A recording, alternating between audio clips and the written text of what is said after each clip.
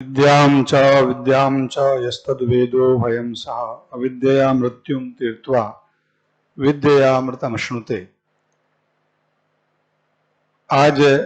विश्व पर्यावरण दिवस के अवसर पर वैदिक विज्ञान केंद्र द्वारा आयोजित इस वैदिक विज्ञान एवं पर्यावरण विषयक विशिष्ट व्याख्यान माला के मुख्यातिथि एवं मुख्य वक्ता भारतीय चिंतन परंपरा के पोषक प्रसिद्ध दार्शनिक वैयाकरण और संस्कृत भाषा के नई दृष्टि देने वाले विश्वविश्रुत विद्वान प्रोफेसर श्रीनिवास बड़खेरी जी, माननीय केंद्रीय संस्कृत विश्वविद्यालय के माननीय कुलपति का मैं वैदिक विज्ञान केंद्र की ओर से हार्दिक वंदन करता हूं। हमारे इस कार्यक्रम के सारस्वत अतिथि गुरुवर प्रोफेसर शर्मा गुरु जी, आप वेद विभाग के मानोन्नत आचार्य तथा इस वैदिक विज्ञान केंद्र के प्रमुख संरक्षक, आपका मार्गदर्शन हमें समय समय पर निरंतर प्राप्त होता रहता है, आपका भी मैं अभिनंदन करता हूं। संस्कृत विद्या धर्म विज्ञान संकाय जो काशी हिंदू विश्वविद्यालय का मूल रीढ़ कहिए है और उस संकाय से संबंध यह वैदिक विज्ञान केंद्र है, उसके माननीय संकाय प्रमुख प्रोफेसर कमलेश झा जी, आपका भी मैं इस केंद्र की ओर से अभिनंदन करता हूं, वंदन करता हूं। हमारे मित्र प्रोफेसर ब्रजभूषण ओझा जी, व्याकरण विभाग, संस्कृत विद्या धर्म विज्ञान संकाय तथा काशी विश्वनाथ न्यास के न्यास सदस्य, आपका भी इस केंद्र की ओर से मैं अभिनंदन करता हूं। हमारे बीच गंगा टास्क फोर्स जो माननीय प्रधानमंत्री जी द्वारा 2018 में यह एक नया गंगा टास्क फोर्स का स्थापना हुई, उसका जो वाराणसी का जो यहाँ जो ब्रांच है उसके यहाँ पर आए हुए हमारे अधिकारी और सैनिकगण, जिसमें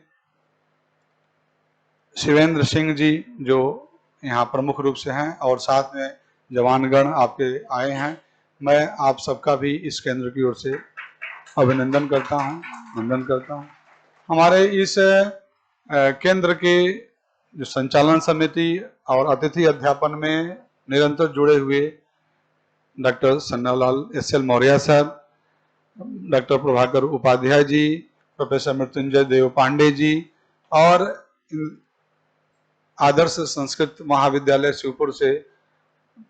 डॉक्टर पाठक जी, डॉक्टर प्रभुनारायण उपाध्याय जी और यहाँ पर हमारे ब्रह्मा वेद विद्यालय से आए हुए बटुकगण, हमारे इस केंद्र से जुड़े हुए छात्रगण, संस्कृत भारती के पदाधिकारी आदरणीय डॉक्टर संजीव जी, आप सभी का इस केंद्र की ओर से और इस संगोष्ठी के इस अवसर पर मैं अभिनंदन करता हूं। जहां तक विषय प्रवर्तन की बात है,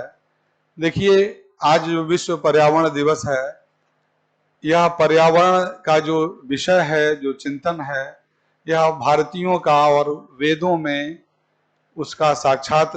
जीवन जीने की दृष्टि, हमें प्रकृति के साथ साहचर्य पूर्वक जीवन जीने की कला वेदों से हमें प्राप्त होती है। भारतीय प्रत्येक जड़ में चेतन की परिकल्पना करता है, प्रत्येक जड़ में देवत्व की अवधारणा को देखता है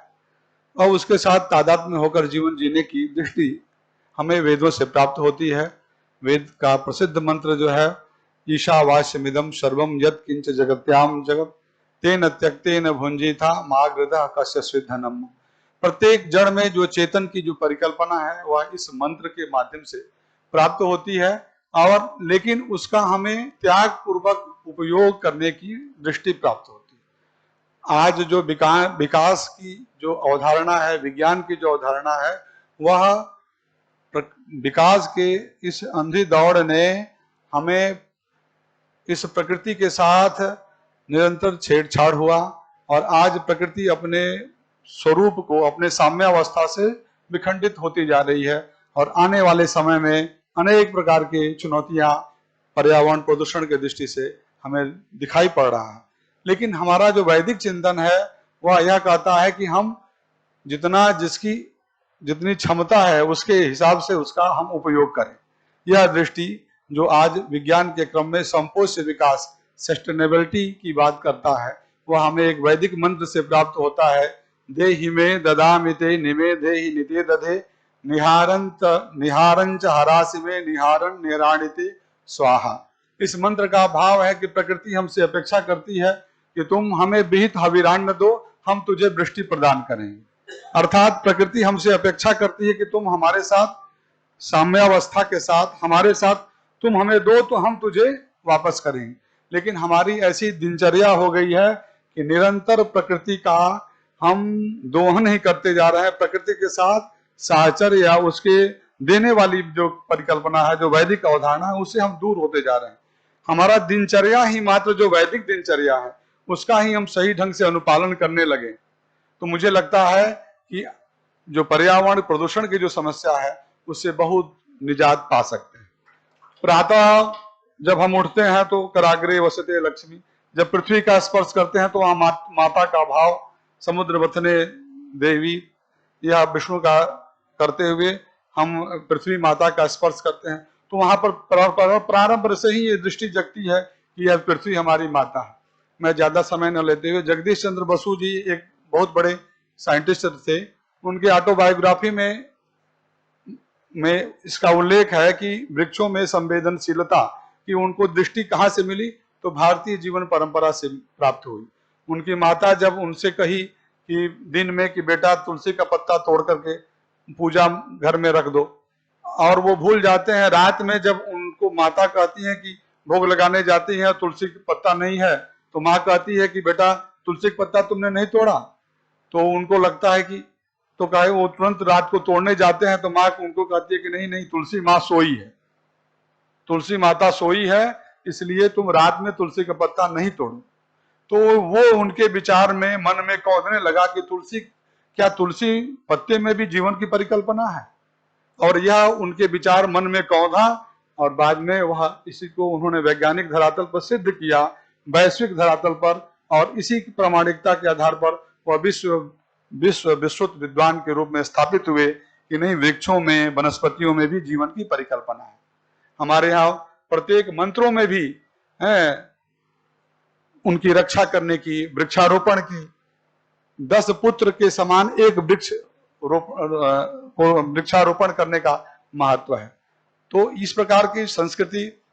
प्रकृति की पूजा और भारतीय चिंतन परंपरा में हमारे रग रग में है। उसको पुनः स्थापित करने के लिए वैज्ञानिक दृष्टि से उस पर चिंतन और उस पर विवेचन करने के लिए इस केंद्र की स्थापना भी हुई है। हम उस पर आगे बहुत से कार्य करेंगे। मैं समय ज्यादा न लेते हुए संक्षेप में अपनी बातों को रखा और समवेत रूप से मैं सबका अभिनंदन करता हूं। जय तो संस्कृतम, जय तो।